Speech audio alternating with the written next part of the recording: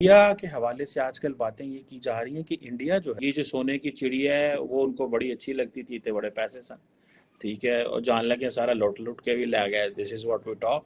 मैंने अप्लाई किया था हॉलैंड के लिए ना, तो उधर उन्होंने ना स्पेसिफिकली कैटेगोरी लिखा हुआ था, only only Indian can apply, Pakistani not allowed. मैंने कहा यार, उधर अकाउंट्स मैनेजर की सीट थी तो मैं अकाउंट्स मैनेजर के लिए बेसिकली अप्लाई कर रहा था। बस इससे अब कि बड़ी मतलब बात, सिर्फ इंडियंस ही वहाँ पे अप्लाई कर ओनली सकते इंडियंस आर अलाउड, पाकिस्तानी उन्होंने कैटेगरी लिखा हुआ था। हैं। ऐसा नहीं लगता कि जहाँ हम अमेरिका और कनाडा की बात किया करते थे, आने वाले वक्त में वो वक्त दूर नहीं है कि जब हमारे लिए भारत भी एक रोल मॉडल बन जाएगा। बिल्कुल कह सकते हैं, जैसे वो माशाल्लाह तरक्की कर रहे हैं। भारत से ट्रेड कर लेनी चाहिए, हाँ जी, कर लेनी चाहिए, मतलब ज़रूरी है। बिल्कुल कर लेनी चाहिए। एक कश्मीर आ जाता है ना बीच में। आप बातें बस ना, कश्मीर सिर्फ और सिर्फ ना वो एक ना नाम का रह गया, वरना आप कश्मीरियों से भी पूछ लेना, वो भी कहेंगे कि हम इंडिया में खुश हैं, वो भी मतलब कहेंगे। पाकिस्तानी स्टेटमेंट देने मैं तो आप। पाकिस्तानी स्टेटमेंट दे रहा हूँ मैं। वो क्या करना है यार पाकिस्तान में आके, पाकिस्तान को वो, मेरे पास अल्फाज नहीं। पाकिस्तानियों ने उनके लिए ज़मीन ही इतनी तंग कर दी है कि अब उनको चांद पे जाना पड़ रहा है। चंद्रयान पे लगाने से बेहतर है कि वो अपने जो उनके हालात ख़राब है ना, उनकी अपनी इकॉनमी ख़राब है, उस पर लगा लें, वो ज़्यादा बेहतर।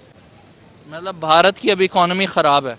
भारत की इकॉनमी अच्छी खासी ख़राब है, भूख है, अफलास है, उनके पास अपने टॉयलेट्स कोई नहीं है, और देखा जाए तो उनके पास कुछ भी नहीं है। सर, पासपोर्ट रैंकिंग की अगर मैं आपसे बात करूँ ना, तो वर्ल्ड की वर्स्ट तरीन रैंकिंग में पाकिस्तान का नाम है, जबकि वो 87 से 80 के ऊपर चले गए हैं। ऑटोमोबाइल सेक्टर की अगर मैं आपसे बात करूं तो जापान जैसी कंट्री को भारत ने बीट किया है। मेड इन इंडिया प्रोग्राम के तहत दुनिया की बेहतरीन किस्म की गाड़ियां भारत अब खुद बना रहा है। आईफोन की मैन्युफैक्चरिंग जो है वो कहीं आसपास नहीं हो रही, आपकी नेबर कंट्री भारत के अंदर हो रही है। आप इकोनॉमी की बात करते हैं, दुनिया की तीसरी बड़ी इकोनॉमी भारत इस टाइम बन चुका है, लेकिन गुर्बत अभी भी वहाँ पे ज़्यादा है। जी है, कुछ सर, कम कमी है। एयरपोर्ट हमने कर्ज़ों पे दिए हुए हैं, हमने अपनी हर चीज़ जो है, हमने अपनी सी पोर्ट्स तक जो है, अड्डे तक हमने जो है वो सारे लीज़ के ऊपर, मतलब कोई दुबई को दे रहे हैं, कुछ सऊदीया को दे रहे हैं, कुछ चाइना को दे रहे हैं। इंडिया के हवाले से आजकल बातें ये की जा रही हैं कि इंडिया जो है उसका जो गोल्डन इरा है, ठीक है जी, क्या वो स्टार्ट हो चुका है वो? और इंडिया का जो गोल्डन इरा है वो इंडिया दुनिया की फिफ्थ लार्जेस्ट इकोनॉमी है, ठीक है जी। इंडिया दुनिया की थर्ड लार्जेस्ट कंट्री है in terms of purchasing power parity, ठीक है जी। इंडिया की जो आबादी है दैट इज़ अबाउट 1.43 बिलियन है। उसके बाद जिसे इतनी ऑलमोस्ट चाइना की है। 2050 तक ये प्रिडिक्ट किया जा रहा है, जो कि यूएन का फोरकास्ट है, कि इंडिया की जो इकॉनमी है वो आबादी है वो 1.67 बिलियन पे चली जाएगी, और चाइना की जो है वो इससे कम होकर 1.43 से कम होकर 1.31 बिलियन हो जाएगी, ठीक है जी।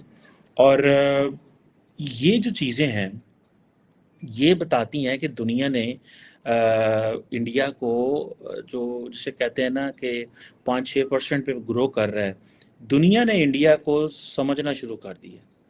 अभी फॉर एग्जांपल ये चंद्रयान 3 जो है इसका चांद पे जाना अगस्त में पहुंचेगी।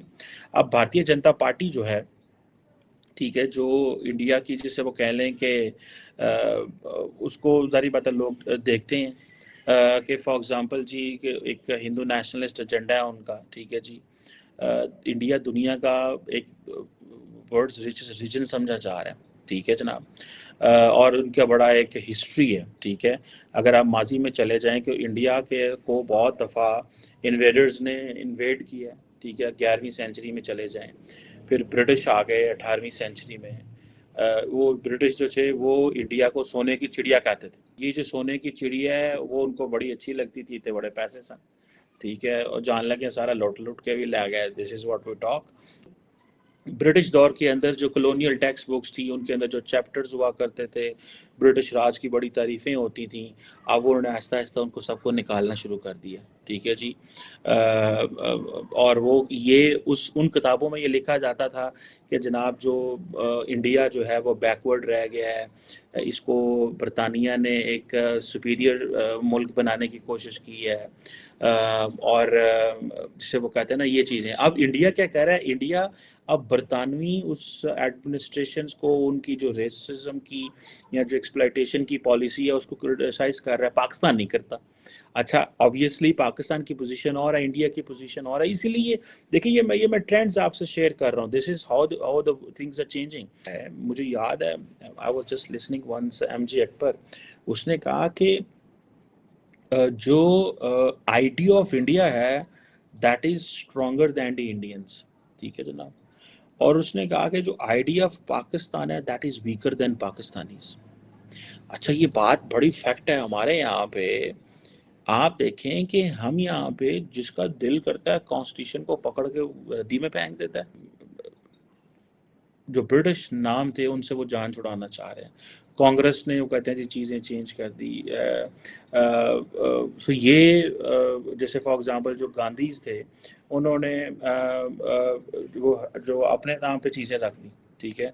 अब मोदी जी आए, उन्होंने भी अपने नाम पे एक स्टेडियम रख दिया, but that is a different story.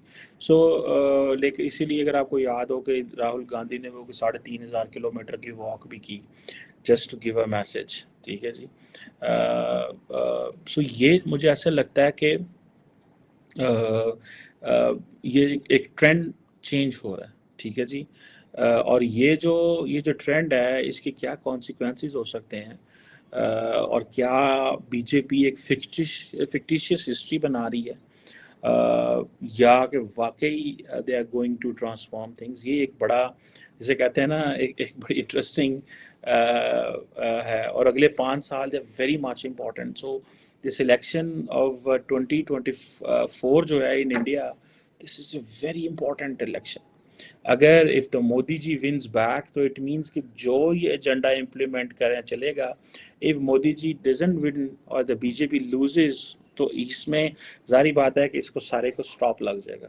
और अगर if this 5 years he comes back तो इट मीन्स कि वो सारा कुछ जो वो कर रहा है उसको सीमेंट करके चला जाएगा, and it will be very difficult for any government which comes उसके बाद वो चीज़ों को चेंज कर सके।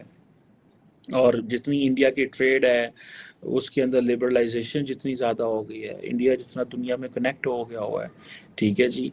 और वो मैं देख रहा था कि आईएमएफ का फोरकास्ट है कि 2023 से 28 तक वो 6% पे ग्रो कर रहे हैं। सो ये आप इमेजिन करें कि अगर वो 6% पे कॉन्टीन्यूसली विद दिस वे वो ग्रो करते जाते हैं, और अगर ये भी बातें जा रही कि अगर 2050 तक इंडिया इसी तरह ही ग्रो करता जाता है 5% पे 6% पे, तो ये it is going to be very very, जिसे कहते हैं ना, ये एक बड़ा मिराकुलस चीज़ होगी, ठीक है। पिछले कुछ सालों में भारत लगातार तरक्की कर रहा है, वहीं दूसरी तरफ पाकिस्तान लगातार डाउन होता जा रहा है इकोनॉमिकली, पॉलिटिकली, सोशली और मल्टीपल फ्रंट्स में पाकिस्तान की बुरी हालत है।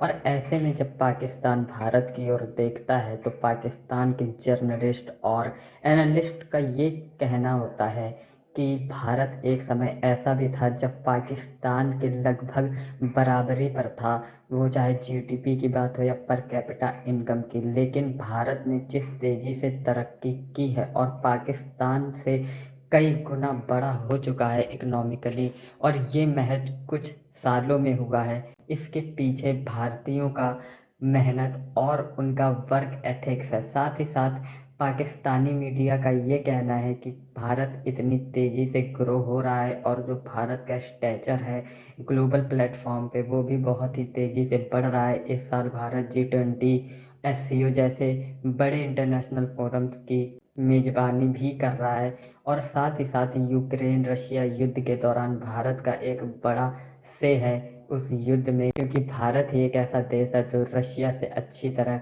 बात कर सकता है। वहीं बड़े बड़े इंटरनेशनल इंस्टीट्यूशंस की माने, जैसे IMF, वर्ल्ड बैंक की माने, तो भारत अगले कई सालों तक इसी तेज़ी से ग्रोथ दिखाता रहेगा, जिसकी वजह से भारत एक रिसेशन के दौर में भी अकेला ब्राइट स्पॉट है।